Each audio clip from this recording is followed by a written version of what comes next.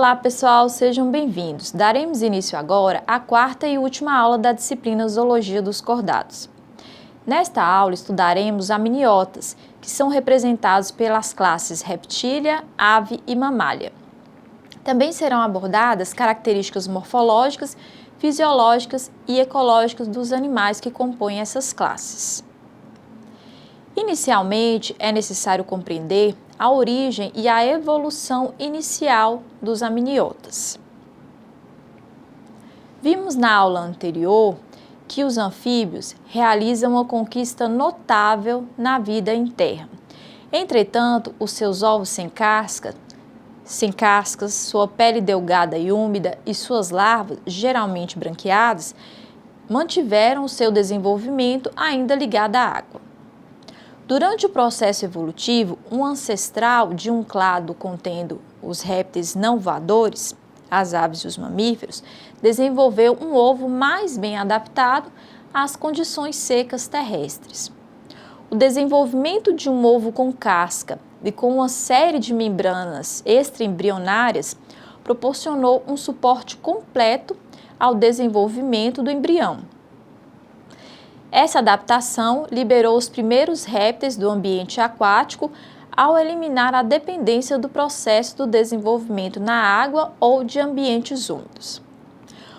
Com os últimos laços à reprodução aquática rompidos, a conquista da terra pelos vertebrados ficou assegurada.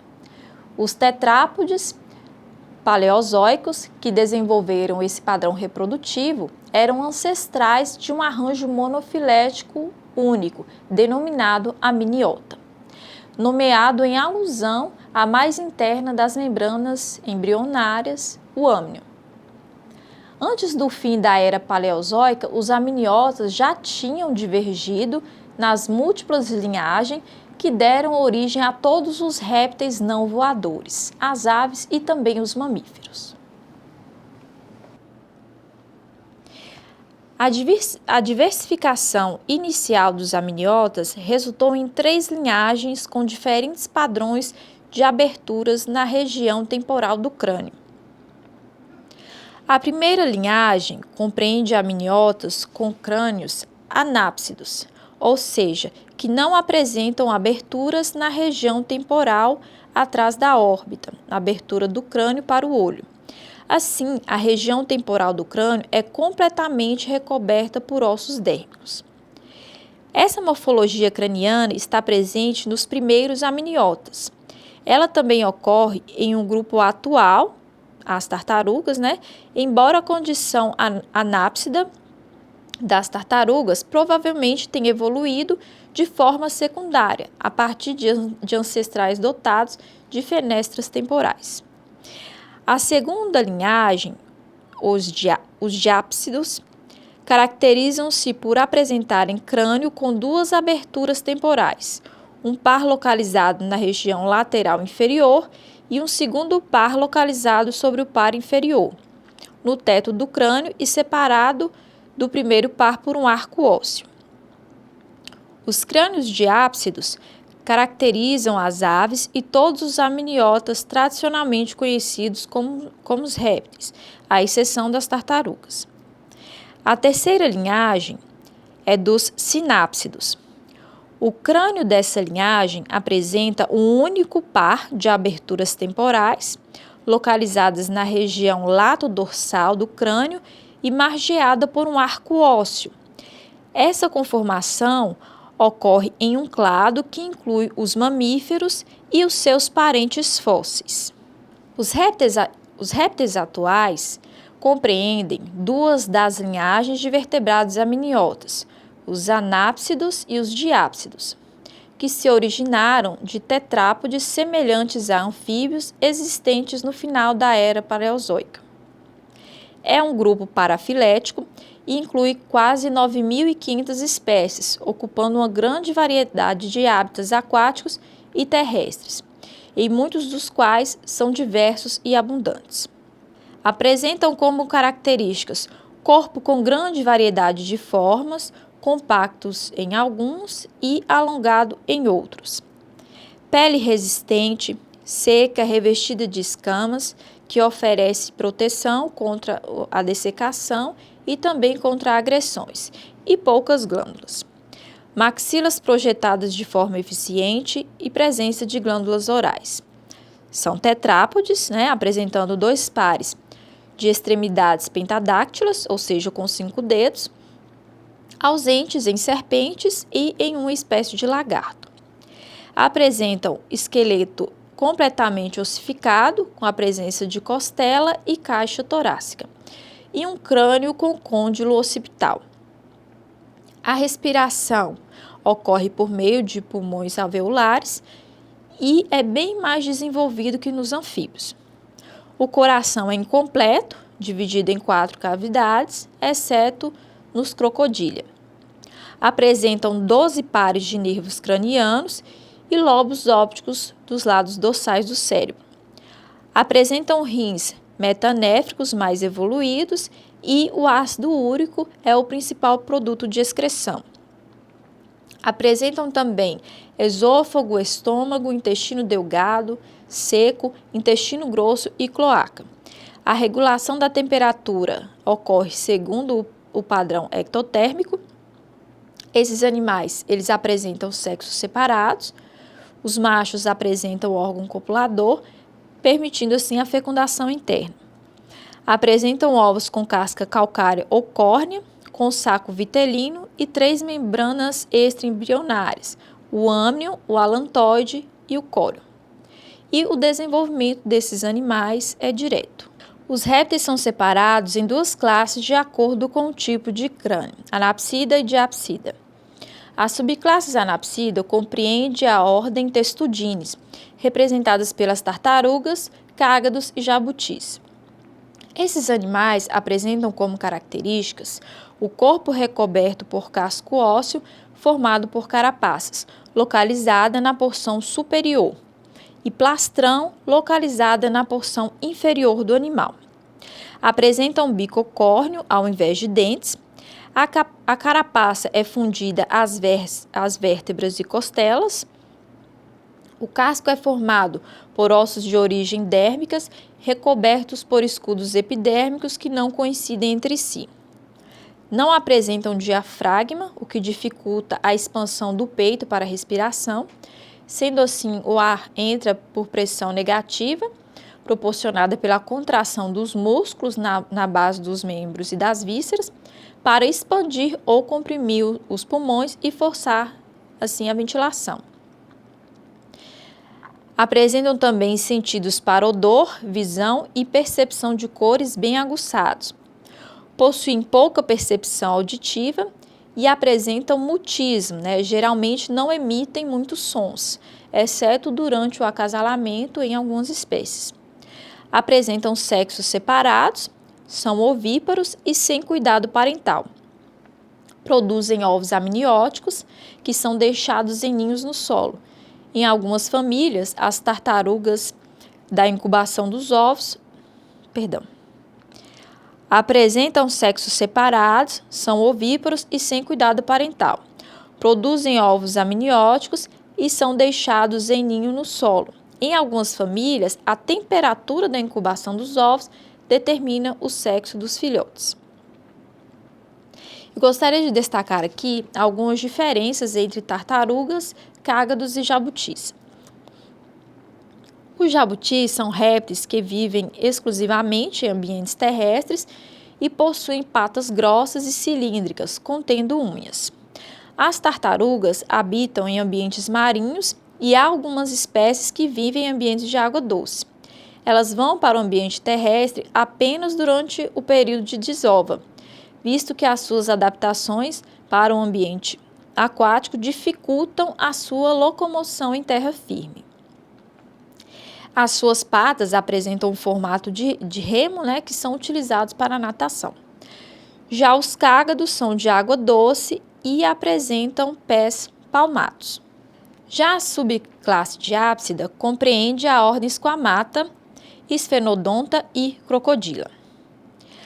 A ordem Squamata representa 3 subordens. Uma delas é a Lacertilia, representada por lagartos, lagartixas, iguanas e camaleões. Esses animais apresentam um hábito alimentar principalmente insetívoro, possuem 4 membros e corpo relativamente curto, possuem pálpebras móveis, diferente do que ocorre em outros répteis, como por exemplo nas serpentes, em que apresentam olhos permanentemente recobertos por uma placa transparente. Muitos lagartos habitam regiões quentes e áridas, Como sua pele não possui glândulas, a perda de água por esta via é bastante reduzida. Sendo assim, eles produzem uma urina semissólida com uma alta concentração de ácido úrico cristalino e apresentam como principais órgãos sensoriais a visão e o olfato.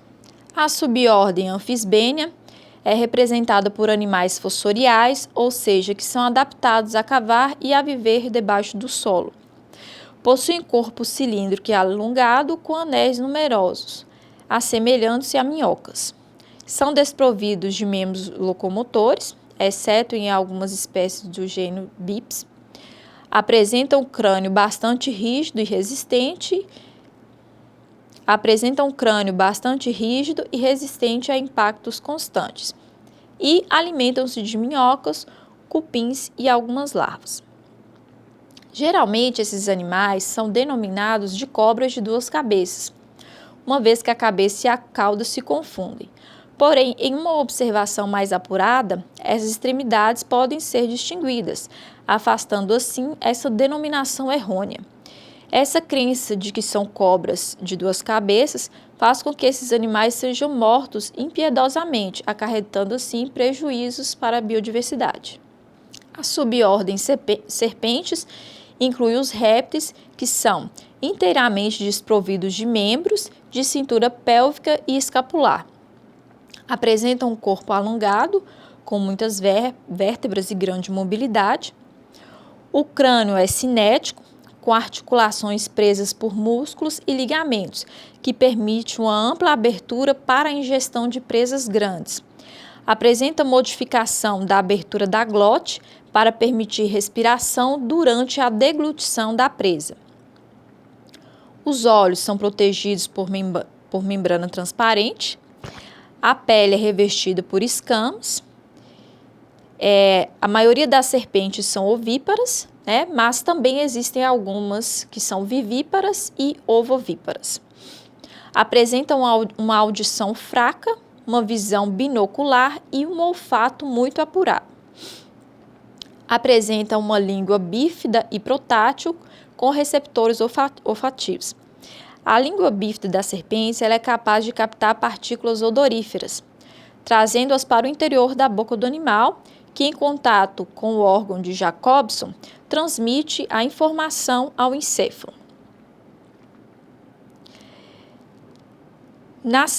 Em algumas serpentes, ocorre a presença de peçonha, ou seja, de veneno.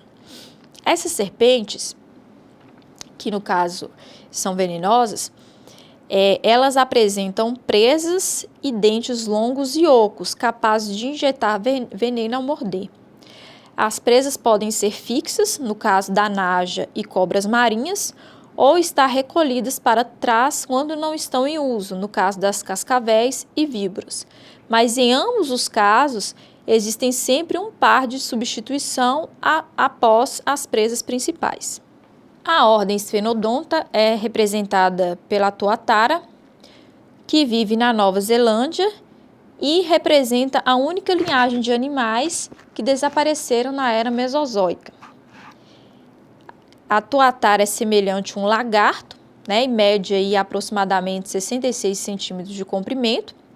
Vive em tocas comumente divididas com aves marinhas. São animais de crescimento lento e de grande longevidade, existindo aí registro de um exemplar que chegou a viver 77 anos. Apresenta um crânio diápsido com 2 aberturas temporais delimitadas por arcos completos. O olho é pineal completo, com elementos de córnea, cristalino e retina, que consegue captar mudanças na intensidade da luz. A ordem Crocodilia, representada pelos crocodilos e jacarés atuais, que junto com as aves são os únicos representantes das linhagens Arqueosaura, que teve grande radiação no Mesozoico, há 245 milhões de anos, a era dos dinossauros. Apresentam pouca variação no plano corporal, desde o período Cretáceo, há cerca de 144 milhões de anos. As espécies apresentam adaptações à vida semiaquática.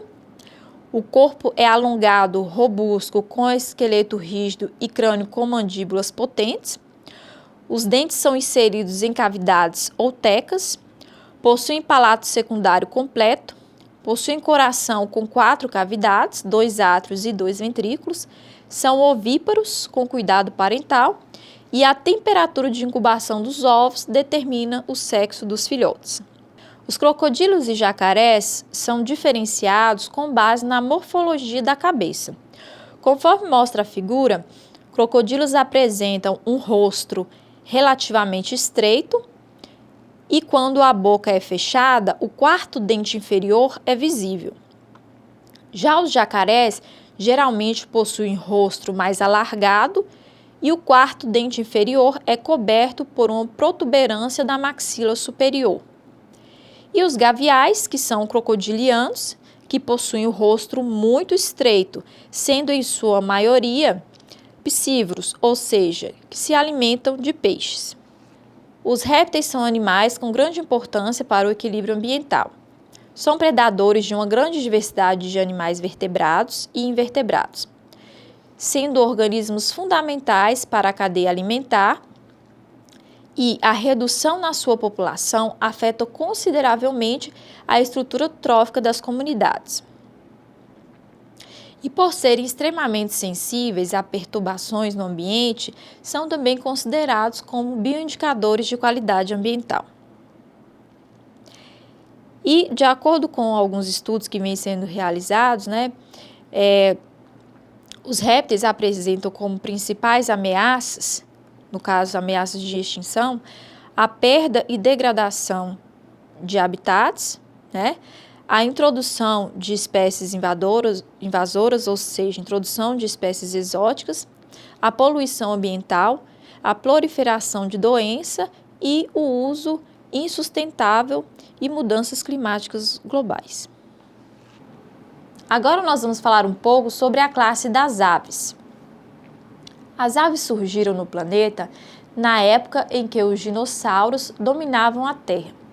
E foi a partir de um grupo de dinossauros que as aves se originaram. Mas ao contrário do que se pode pensar, não foi a partir dos pterodátilos, répteis voadores, que elas se originaram. Na verdade, a sua origem se deve a um grupo que caminhava no solo. Foram descobertos na Baviera, Alemanha, restos fossilizados de cerca de 147 milhões de anos de um animal estranho aproximadamente do tamanho de um corvo, com um crânio semelhante ao das aves modernas, exceto pelo fato de estarem impressas algumas marcas de pena. Assim foi considerado como uma ave que recebeu o nome de Archaeopteryx, o que significa asa antiga inscrita sobre a pedra. Essa descoberta foi valiosa porque o registro fóssil das aves é raro. No entanto, também deixou algumas dúvidas sobre as relações filogenéticas entre as aves e os répteis. Durante a evolução do grupo das aves, foram surgindo algumas adaptações específicas para o voo, tornando-as mais leves. A principal característica destes animais é a presença de penas, que protegem o corpo contra a perda de água e calor e que também permitem o voo. Além das penas, as aves também apresentam como características hipoderme com espessa camada de queratina, cabeça e pescoço muito móveis, os maxilares são desprovidos de dentes e o bico é realmente leve, apresentam um esqueleto muito leve com as cinturas escapular e pélvica e a coluna vertebral soldada. O osso externo apresenta quilha ou carena, que tem como função a inserção de músculos. A musculatura peitoral das aves é bem desenvolvida, apresenta uma circulação fechada, dupla e completa. A respiração é exclusivamente pulmonar e muito eficiente. Os pulmões estão presos nas costelas e as narinas têm contato direto com a faringe. O sistema digestório das aves é composto por papo, proventrículo, moela e cloaca. Não apresentam bexiga urinária e excretam ácido úrico. A visão das aves é muito importante. Os olhos possuem membranas nictitantes, são bem grandes, e a visão de cores é bem desenvolvida. A audição também é bem desenvolvida. As aves possuem glândula uropigiana na cauda, que secreta uma substância oleosa para lubrificar e impermeabilizar as penas. E essas glândulas são mais desenvolvidas nas aves aquáticas. São homeotérmicos e endotérmicos. A fecundação é interna, com desenvolvimento direto. São ovíparas, com necessidade de choca. E as migrações possibilitam que as aves assegurem hábitats sazonais melhores para a procriação.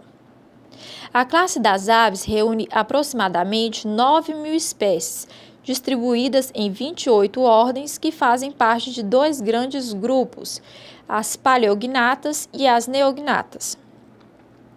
Os grupos das paleognatas compreendem as aves não voadoras, que perderam parcialmente ou totalmente a capacidade de voar, locomovendo no solo. Pertencem a esse grupo os avestruz, kiwis e emas, frequentemente chamadas de aves ratitas, as quais têm o externo achatado, com músculos peitorais pouco desenvolvidos. As asas dessas aves são atrofiadas, possuindo pequenas dimensões proporcionalmente ao resto do corpo. Já o grupo das neognatas compreende aves voadoras, que possuem o externo em forma de quilha, de onde se originam os poderosos músculos de voo. É o grupo mais numeroso de aves e mais diversificado. Já o grupo das neognatas compreende aves voadoras, que possuem o externo em forma de quilha, de onde se originam os poderosos músculos de voo. É um grupo mais numeroso de aves e mais diversificados, que conseguiu conquistar vários ambientes. Temos como, por exemplo, o albatroz, os gaviões, gaivotas, urubus, pelicanos, entre várias outras espécies. Em relação ao voo, as aves desenvolveram algumas adaptações, tais como uma forma aerodinâmica, asas com penas especiais, ausência de dentes, presença de membrana nictitante para proteger os olhos de partículas do ar, ausência de bexiga urinária, a oviviparidade e a endotermia. Além dessas características, houveram também algumas adaptações nas estruturas esqueléticas e musculares desses animais. Nas aves, o esqueleto é constituído por ossos extremamente leves, delicados e entremeados por cavidades aéreas, sendo chamados de ossos pneumáticos. E apesar de serem leves, são bastante resistentes. Os ossos dos membros anteriores são modificados para o voo, sendo reduzidos em números e muitas vezes fusionados. Os músculos locomotores das aves são relativamente maciços para suprir as demandas do voo. O maior deles é o peitoral, que abaixa as asas durante o voo. O seu antagonista é o músculo supracoracóideo, que eleva as asas. Esse último músculo não se localiza na coluna vertebral, mas sim está posicionado sobre os músculos peitorais. Ele é ligado por um tendão na porção superior do húmero e puxa a asa para cima por um engenhoso sistema de cabo e roldana. Os dois músculos, o peitoral e o supracoracóideo, originam-se na quilha. A estabilidade aerodinâmica é aperfeiçoada com a principal massa muscular situada abaixo do corpo. Na perna, a principal massa muscular localiza-se na coxa, ao redor do fêmur, sendo que os pés são quase destituídos de músculos. As aves perderam a longa cauda reptiliana, que foi substituída pelo coxim muscular, no qual estão inseridas as penas da cauda. Uma outra característica importante em relação às aves é a evolução do formato dos bicos, conforme mostra a figura. Os bicos das aves são fortemente adaptados para hábitos alimentares específicos, desde tipos generalizados, como o forte e pontiagudo bico do corvo, para os altamente especializados, como os dos flamingos, pelicanos e etc. A disputa das aves por comida foi o principal motivo dessa adaptação, e hoje temos espécies que são altamente adequadas a uma dieta específica. Como todos os outros animais, as aves também são imprescindíveis para o equilíbrio do meio ambiente. São de extrema importância biológica no controle de pragas, pois são importantes consumidoras de insetos, sendo úteis na alimentação de espécies prejudiciais à agricultura e a pastagens. Também são bioindicadoras de condições ambientais, pois elas podem indicar quando uma área está preservada, como deveria estar ou não. Por exemplo, a mortalidade de aves consumidoras de peixes como biguás, garças, que podem nos indicar a contaminação de um rio por mercúrio, pois este poluente se acumula a longo prazo e pode causar danos à avifauna ribeirinha. Contribui também para o processo de polinização de plantas, nós podemos citar aí o beija-flor. São importantes na dispersão de sementes. Algumas aves, ao se alimentarem de frutos, lançam as sementes em regiões distantes do local de origem, e outras ingerem a semente, liberando-as depois intactas nas fezes ou por regurgitação. As aves também vêm sofrendo algumas ameaças de extinção, devido à destruição do hábitat natural, ao aumento de doenças, às mudanças climáticas, à competição devido também à introdução de espécies exóticas, à redução de alimento e também devido ao tráfico de animais. Agora nós vamos falar sobre a classe mamália. Os mamíferos ocupam quase todos os habitats, ocorrendo em ambientes terrestres, nos rios e nos mares. Existem cerca de 4.800 espécies de mamíferos reconhecidas que apresentam enorme diversidade de formas e tamanhos. Existem mamíferos voadores, como os morcegos, com os membros anteriores modificados para o voo, mamíferos aquáticos, como as baleias, os botos e as focas, que desenvolveram os membros em nadadeiras, bem como diversas outras formas que adaptaram estruturas para determinados fins. As estruturas cranianas, e em particular os dentes, são os fósseis mais abundantes, e é principalmente a partir dessas estruturas que podemos identificar a descendência evolutiva dos mamíferos. O grupo dos sinápsidos, que inclui os mamíferos e os seus parentes próximos extintos, tem um par de aberturas temporais no crânio associadas à fixação dos músculos das mandíbulas. Os sinápsidos foram os primeiros grupos de amniotas a diversificar-se amplamente em habitats terrestres. Os mamíferos apresentam algumas características bastante específicas, como epiderme queratinizada, hipoderme, apresentam glândulas, pelos, diafragma, dentes diferenciados, útero, próstata e cordas vocais capazes de emitir sons. Apresentam chifres com ossos esponjosos e córneos com núcleos. Apresentam chifres com ossos esponjosos e córneos com núcleo ósseo. 4 membros, reduzidos ou ausentes em alguns grupos, adaptados para diferentes formas de locomoção. Apresentam um coração com 4 cavidades septadas, circulação fechada e completa. A respiração é pulmonar, apresentam um córtex cerebral com desenvolvimento máximo, possuem lábios, orelha externa com pavilhão auditivo, papilas gustativas. O estômago pode ter uma camada simples ou 4 camadas. Apresentam glândulas anexas, pâncreas, vesícula biliar, glândulas salivares, fígado, entre outras.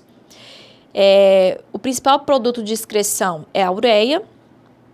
Apresentam sexos separados, de morfismo sexual, né, macho e fêmea, fecundação interna e desenvolvimento direto. São homeotérmicos e endotérmicos. A classe mamália compreende 19 ordens. Estas, por sua vez, são agrupadas em 2 subclasses, de acordo com o padrão reprodutivo apresentado. As subclasses são Prototéria e Eutéria. A subclasse Prototéria compreende os animais ovíparos. Temos como exemplo aí o ornitorrinco.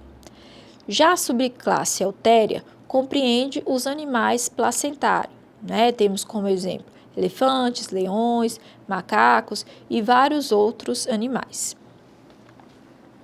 Dentre as principais características dos mamíferos, o tegumento é um dos mais importantes, onde suas principais funções está relacionada à retenção do calor metabólico, ou melhor, a redução da perda de calor para o ambiente, o que caracteriza a endotermia desses animais. O tegumento dos mamíferos apresenta pelos, glândulas sebáceas e sudoríparas, além de vasos sanguíneos e terminações nervosas sensoriais. Os mamíferos apresentam 2 tipos de pelos: os pelos lanosos, densos e macios, que proporcionam isolamento térmico, e os pelos de cobertura, mais ásperos e longos, que protegem contra o desgaste e fornecem a coloração. Apresentam também uma grande variedade de glândulas no tegumento, né, tais como sudoríparas, sebáceas, odoríferas e mamárias. As glândulas sudoríparas estão localizadas na derme e são produtoras de suor, participando aí da termorregulação e na eliminação de determinadas excreções, como, por exemplo, sais minerais, ureia, ácido úrico e outras substâncias provenientes do sangue. As glândulas sebáceas são glândulas secretoras de uma substância oleosa chamada de sebo. As glândulas odoríferas estão presentes em quase todos os mamíferos, tendo a função e localização bastante variável. São utilizadas para a comunicação em membros da mesma espécie, para marcar territórios e para o aviso ou para a defesa. E as glândulas mamárias, que ocorrem em todas as fêmeas, existindo de forma muito rudimentar nos machos. Elas se desenvolvem através do espessamento da epiderme, formando no embrião uma região chamada linha de leite ao longo de cada lado do abdômen. Outras estruturas derivadas dos tegumentos dos mamíferos são as garras, os cascos, os cornos e os chifres. Tais estruturas estão relacionadas com a apreensão de presas, com a defesa e com a exibição nas espécies de acasalamento. As garras e os cascos são acúmulos de queratina formados na falange terminal dos dígitos, com a função de proteção e apreensão de presas. Os cornos podem ser constituídos inteiramente por tecidos epidérmicos, como no caso dos rinocerontes, ou por uma pequena protuberância óssea recoberta pela epiderme queratinizada, como nos casos dos cornos ocos dos bovídeos. Já os chifres são bem característicos dos cervos e são constituídos por uma estrutura óssea recoberta por um veludo, podendo ser substituído anualmente. A dentição é uma outra característica muito importante dos mamíferos. É diferenciada em incisivos, caninos, pré-molares e molares, estando intimamente relacionados ao tipo de dieta desses animais. Os carnívoros, por exemplo, apresentam uma dentição completa, dentes incisivos pequenos, caninos fortes e desenvolvidos e molares com celências aguçadas e cortantes. Os herbívoros apresentam uma dentição incompleta, não têm dentes caninos e, quando os têm, são pouco desenvolvidos. Os incisivos são longos, arqueados, cortantes e com crescimento contínuo. Entre os incisivos e os molares existe um espaço chamado de barra ou diastema. Os insetívoros também apresentam uma dentição completa, com dentes pontiagudos para poderem perfurar o revestimento de quitina dos insetos. Os onívoros também apresentam dentição completa, com incisivos cortantes, caninos fortes e molares largos e arredondados.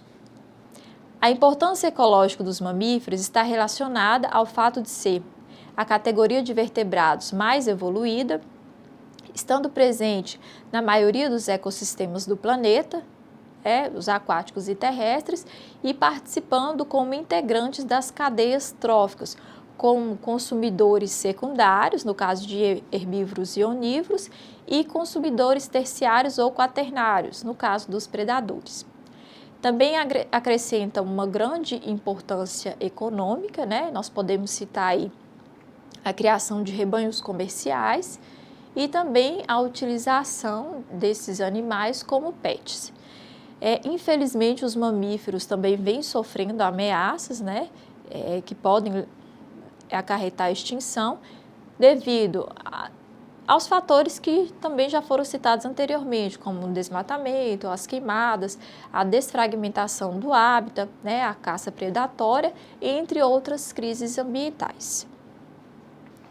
Bom, pessoal, para finalizar a nossa aula de hoje, coloquei aqui para vocês algumas questões, para que a gente possa relembrar algumas características importantes dos grupos estudados.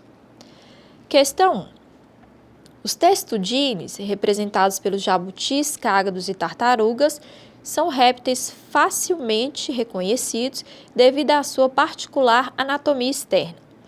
Descreva a anatomia externa desses animais, relacionando as suas vantagens e desvantagens. Questão 2. Cite algumas adaptações estruturais das aves que estão relacionadas ao voo. E questão 3. Os mamíferos apresentam algumas características exclusivas do grupo. Cite 3 dessas características. Bom, pessoal, então agora discutindo um pouco, sobre as respostas dessas questões. Então, em relação à questão 1, que pede para descrever a anatomia externa dos testudines, e falar aí sobre as suas vantagens e desvantagens, nós vimos que os testudines, eles apresentam um corpo curto e largo, com troncos no interior de um casco protetor, formado pela expansão e união de algumas vértebras com as suas respectivas costelas. A parte dorsal do casco é côncava, denominada de carapaça, e a ventral é denominada plastrão, que tem o formato achatado. A carapaça, então, ela fornece uma proteção passiva contra predadores, mas limita as possibilidades de especializações locomotoras desses animais. Respondendo aí a questão 2, que pediu para citar algumas adaptações estruturais das aves, que estão relacionadas ao voo. Então, nós vimos que existem várias adaptações, das quais aí podemos citar o esqueleto constituído por ossos extremamente leves, asas com penas especializadas e músculos locomotores das asas relativamente maciços para suprir as demandas do voo. A questão 3, que pediu para citar 3 características exclusivas dos mamíferos. Então, nós vimos aí várias características. Dentre elas, podemos citar a presença de pelos, de glândulas, Nós vimos que os mamíferos apresentam uma variedade de glândulas, sudoríparas, sebáceas, odoríferas e mamárias, e também a dentição especializada, ok?